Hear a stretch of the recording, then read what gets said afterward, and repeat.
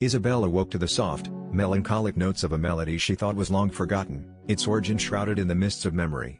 The dream had been vivid, compelling her to venture into the heart of Silent Hill, where the fog clung to the streets like a ghostly veil. The town was desolate, its silence pierced only by the echo of her footsteps on the cracked pavement.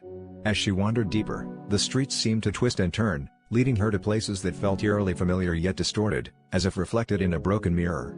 The haunting notes of the melody seemed to guide her, pulling her towards an abandoned hospital, its windows dark and foreboding.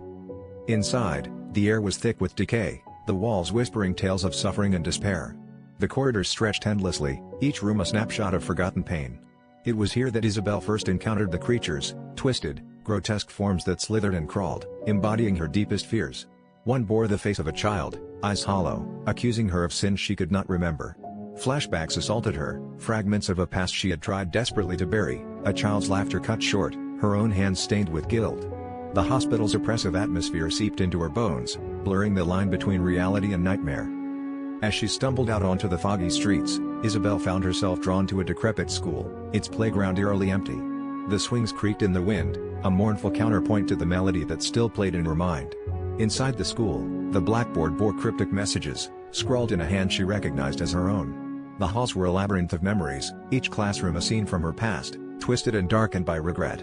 The creatures followed her, relentless in their pursuit, their distorted forms mirroring the chaos within her soul. She could feel the oppressive weight of the town bearing down on her, as if Silent Hill itself were alive, feeding on her torment.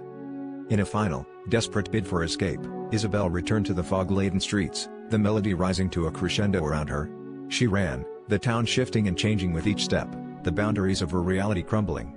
The fog thickened, enveloping her in its cold embrace, and she felt herself slipping away, unsure if she was waking from a nightmare or descending deeper into its depths.